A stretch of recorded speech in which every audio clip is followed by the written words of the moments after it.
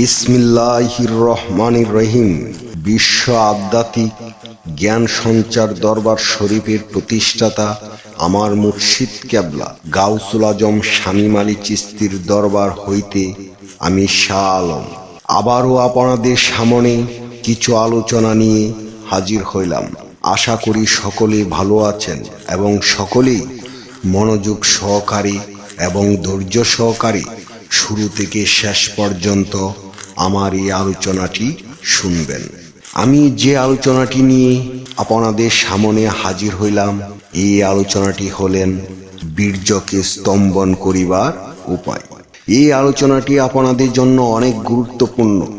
এই আলোচনার মাধ্যমে আপনারা জানতে পারবেন স্ত্রীর মিলনের সময় বীর্যপাত না করে কিভাবে বীর্যকে আটকিয়ে রাখিবেন। তাই সকলেই মনোযোগ সহকারে এবং ধৈর্য সহকারে শুরু থেকে শেষ পর্যন্ত সম্পূর্ণ আলোচনাটি শুনুন। বীর্যকে কিভাবে স্তম্ভন করিবেন?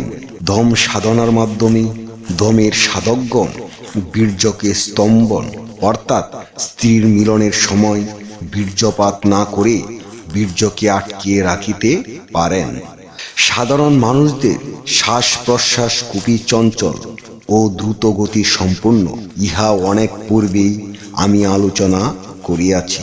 এই দম সাধনা করতে করতে সাধকের রতি ক্ষমতা প্রবল হতে থাকে। শুধু ইহাই নয়, দম সাধনার মাধ্যমে নির্দিষ্ট কিছু পদ্ধতি সাধক দমকে ব্রহ্মদ্বার তথা আদ্যধারে রুদ্র করে ফেলতে পারেন।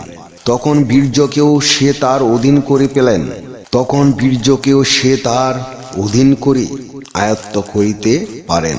এমনকি চন্দ্র যখন বাটির দিকে নিম্নগামী হতে থাকে, যখন বীর্যপাতের উপক্রম হয়, তখন সাধক ধমের মাধ্যমে বাটির চন্দ্রকে উজান করিতে পারেন, অর্থাৎ বীর্যকে ঊর্ধ্বমুখী করা। এভাবে একজন সাধক একাধিক স্ত্রীর বুকের ক্ষমতা অর্জন করিয়া থাকে। তখন তাহার রতি শক্তি এত বৃদ্ধি পায় যে শত স্ত্রীর বুক করিলেও তাহার রতি টলবে না, অর্থাৎ বীর্যপাত হইবে না। তবে ইহাও সত্য যে প্রকৃত সাধকগণ নারী ভোগের মত্ত থাকে না, বরং তাহারা দুনিয়াবি এই সমস্ত কামনা ও বাসনা থেকে অনেক ঊর্ধ্বে অবস্থান করেন। শত স্ত্রী ভোগ দ্বারা আমি শুধু দম সাধনার ক্ষমতা বোঝানোর জন্যই চেষ্টা করিয়াছি। তবে একটা কথা স্পষ্টভাবে বলিতে চাই যে কুম্ভক, রেচক, পূরক ইত্যাদি যোগ সাধনার দ্বারা যৌন ক্ষমতা বৃদ্ধি পেলেও শুধু এইসব সাধনার দ্বারা নিম্নগামী বীর্যকে ঊর্ধ্বগামী করা সম্ভব নয়। ইহা আলাদা জ্ঞান, যা নিজ নিজ গুরুর পায়রবি করিয়া গুরুর কাছ থেকেই জানিতে হবে। এই জ্ঞান আপনাদেরকে অন্য কেউ দিতে পারবে না, একমাত্র আপনাদের নিজ গুরুই দিতে পারবে। তাহা আপনাদের সকলের নিজ গুরুর মাধ্যমে আপনাদের প্রেম ভক্তির মাধ্যমে আদায় করে নিতে হইবে।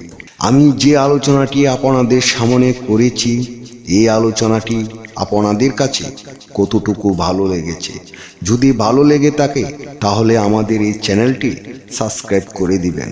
সামনে ভালো ভালো আলোচনাগুলো পেয়ে যাবেন। এবং আপনারা কি ধরনের আলোচনা চান আমাদেরকে কমেন্টে জানাবেন। আমরা চেষ্টা করিব আপনাদের পছন্দ মতো আলোচনা নিয়ে আসতে। আমার এই আলোচনাটি করতে যায়া কথা ভাষা চন্দে যদি কোনো ভুল হইয়া থাকে, সকলেই আমাকে ক্ষমা ও সুন্দর দৃষ্টিতে দেখবেন।